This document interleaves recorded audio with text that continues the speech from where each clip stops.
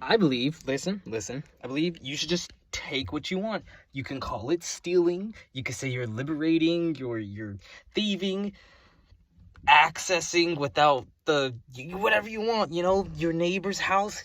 Take it. You might have to battle for it. Who says you can't take it? Your neighbor's dog, their cat, whatever pet they have, whatever cars they have, take their wife, take their husband. Don't leave your neighbor out of it. You might as well take your neighbor too. On a serious note, though, what's up? I was about to say my other YouTube channel. LozoSan, go follow that too, though. But LozoYapps here, professional certified yapper, yappin is coming. I just got back to Florida from North Carolina, and I've barely been active on any account, not even just this account, just any account. So if you miss me, appreciate it. I'm back.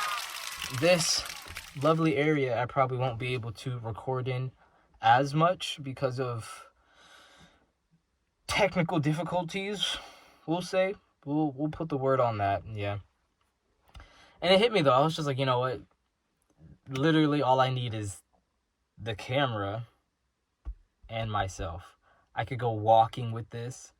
I could go outside. I could be anywhere I want. I'm very selective about my background though. I don't want distractions or even if it's trees. I feel like it's too much. I like something plain, nice and simple.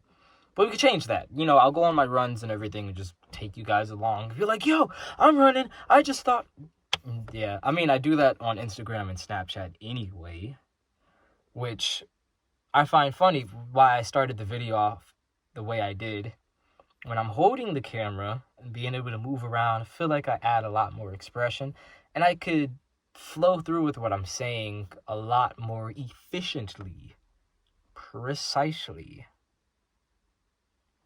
Yeah.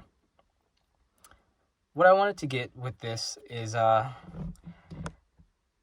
to take what you want. You can't always wait around and have life give things to you. It's nice to get things, but sometimes you gotta know when to take things. Just take it. As long as it's not bringing any harmful intent to anybody or any animals or yourself, I don't have a problem with it. And if you do, don't let me find out, because I don't know what I'll do. But if you do, and I find out, then we're going to figure out what I'm going to do. Although, you're not going to do that, though. You're going to take this good advice that I'm giving to you. Like taking opportunities and risk, which I think... In one of my other videos, I don't know if I talked about taking risk. I don't know if the video was about taking risk or if that was just one of the key component parts. But yeah, take risks, take opportunities, take things that are just there for you to take. Don't wait for it all the time. A closed mouth will never get fed. Ask about it if you want to, if you feel like you need to. Going to North Carolina was a big risk for me to take. It wasn't even really a risk, but mentally and physically, for some reason, it felt like it was. But I was like, I make my own schedule at work. There's no risk there. I'm not going to be in North Carolina over a month. It was just, it was a little bit less than a month. It's February, the shortest month that there is. And I left on the 3rd, came back a few days ago, I think on the 26th. So 23 days about so that I was out away. Almost 24 days, which would be 3 weeks. Yeah, just about 3 weeks I was away. North Carolina. Amazing time. I met at first I got to at first I was kind of terrified because I didn't know anybody there personally. I mean, I've talked to them online, but this is my first time actually meeting them.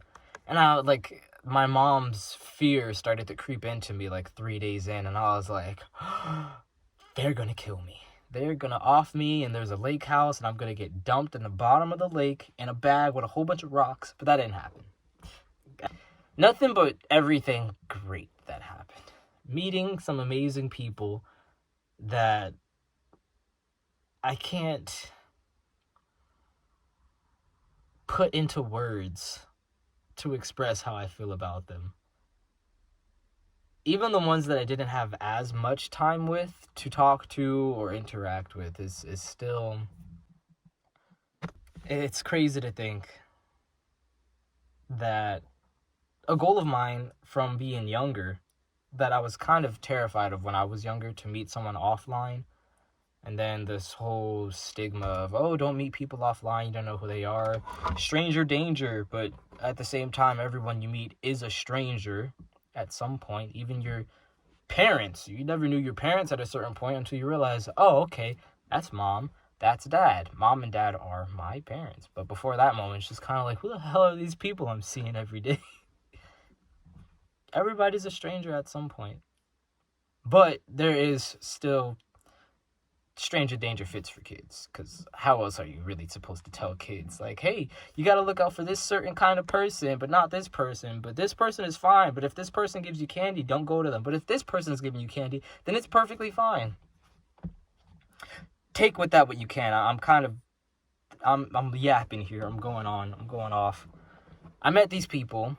They were great people, amazing ideas and concepts and everything that we had. Just Valentine's Day, we all went out on, I woke up late. I think I was the last one to wake up, and I got everybody, I was like, listen, like, we have, like, an hour or so left of daylight. Let's go on the kayaks. Let's go do something, because a few of us have been out on the lake, on the kayaks, but we haven't all collectively We're all clustered over here at the same time. We got I'll probably put, like, some videos or pictures here when that happened. And that day was... Again, I don't have the words right now to express. I'm not even sure I'll ever have the words to express. You could just see you can feel my energy right now, see my smile, thinking back to this moment. That was a great day. Playing hide and seek in that house was amazing. The theater room, I had a feeling, would be my favorite place. Whether I was in there alone or in there with everybody and we were watching a movie. We watched all of the Tom Holland Spider-Man movies. I think we finished 2 in one night, and then the third one we watched the night after. We got through 2 of the Matrix movies. We watched so many things until the projector, the light inside, eventually died on us, and the theater room was just a room. But it was still fun. I would still go in there, and like, I had my Spider-Man suit on. I was doing flips and everything in there because it like scared me at first, and that pushed me. I was like, why do I feel scared to do flips in this environment? So let me go for that. Let me take this opportunity to put myself in the face of fear, embrace it, and get something out of it. And I got a few, 3 or 4 new tricks out of that.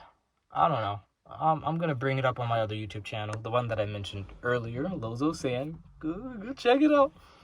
Another thing that happened that I took full-on, like, opportunity of was the nearest store was about an hour walk, close to 2 hours.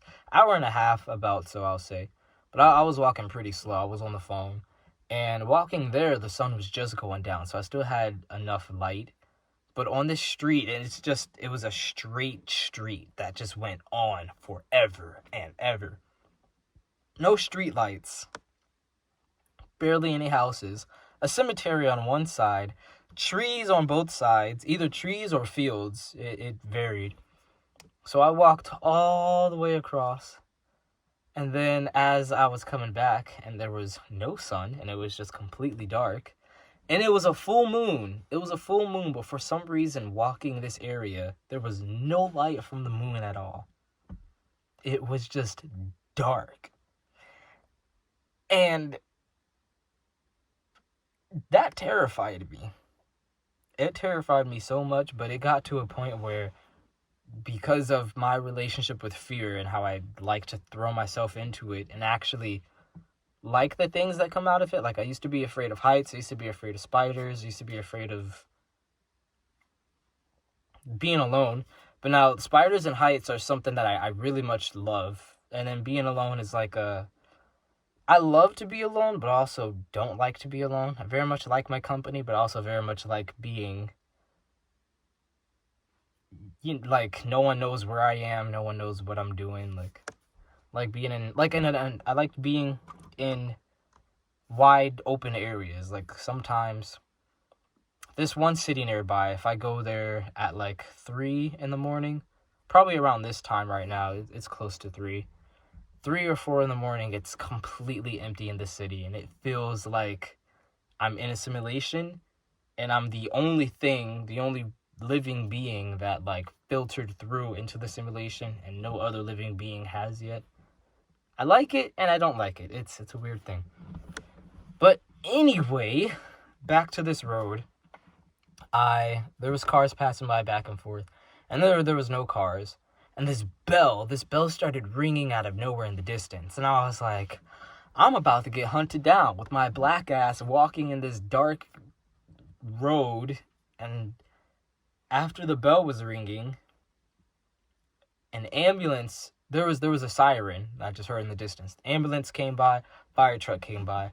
And I was like, it being dark, it's slightly raining, my phone died, the bell, the sirens, that's enough of, like, a bad omen. Like, I should not be here. But then at the same time, I was like, what else am I supposed to do?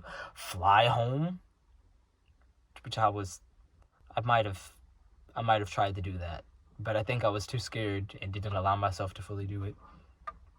So, in my fright, I just said, you know what? All right, let's see what's on the other side of this. So I stood there in the middle of the road when there were no cars coming, and I just stood there and just sat there in the darkness and just let myself feel anything that was around, hear anything that was around, just sense anything that's there. And my meter of, like, fear and fright, like, started growing until at a certain point it just seemed like it grew. As it was growing, it was thinning itself out, and it grew so much that it thinned out to, like, a little tiny hair, and then it just broke and was not existent. And I was like, oh, okay, I guess there really is nothing to be afraid of. Unless I see something, then that might be a different story. North Carolina was amazing. Met some great people.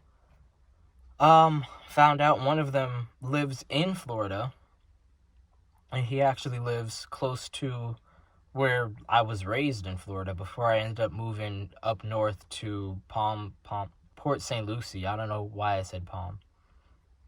So I'm like, yeah, I'll be able to probably see him and his family once a week, once every 2 weeks, something like that. I'm planning to go visit him. One of my best friends a few days ago, also, or actually yesterday, he, things weren't going good with him. I'll just say, I'm not putting out any information on who he is, who my best friend is. You guys don't need to know. It's my best friend. You don't got to know who my best friend is. He was going through some stuff, and he decided, all right, I'm gonna take this opportunity and move out of state. And so he's not far at all.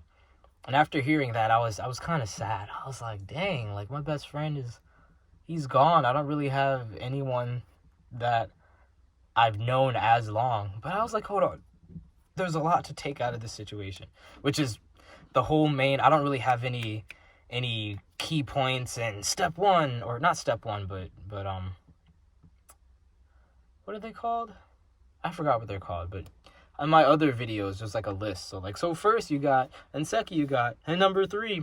No, this is the whole lesson is just to take whatever you want out of this. Take whatever you want, take whatever you can, apply it to your life, as long as there's no harmful intent to yourself, the people around you, to anyone or any living thing.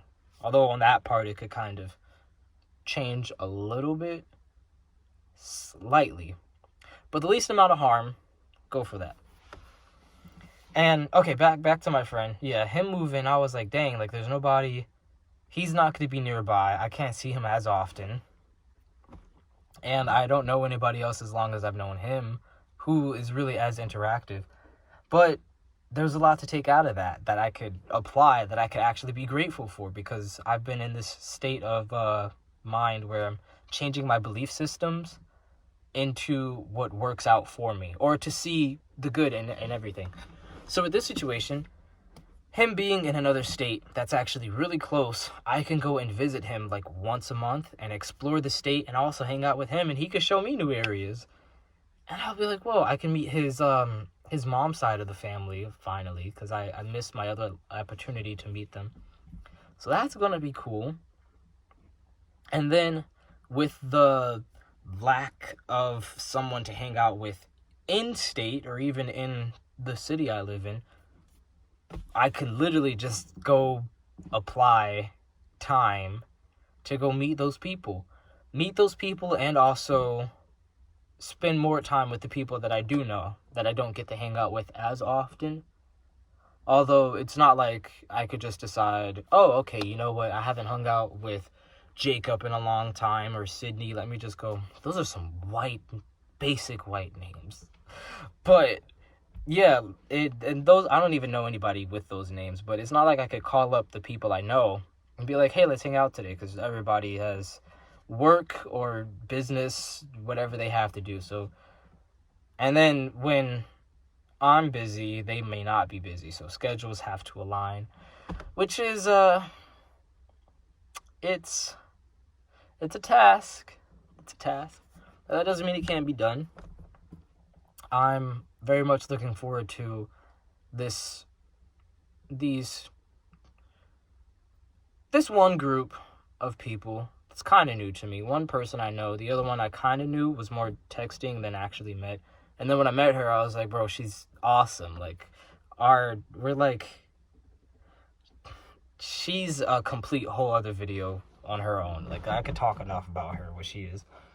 But they're cool people. They're a cool group, and I want to add more people into the group to see if they match the energy.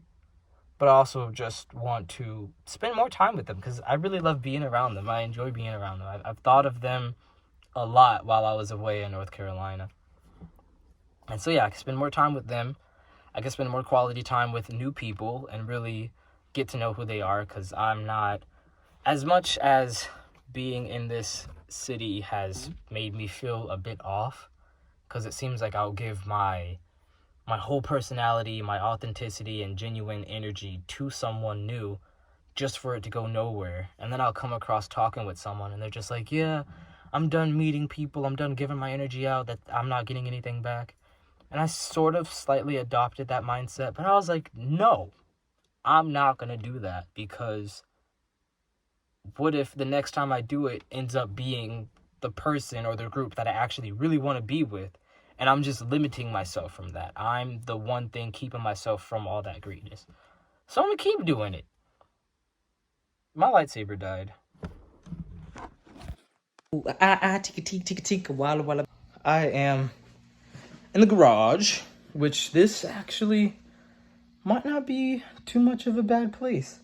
I don't like the light. I don't like white lights that much. But it's just a preference. I could get over that. So as you can see, my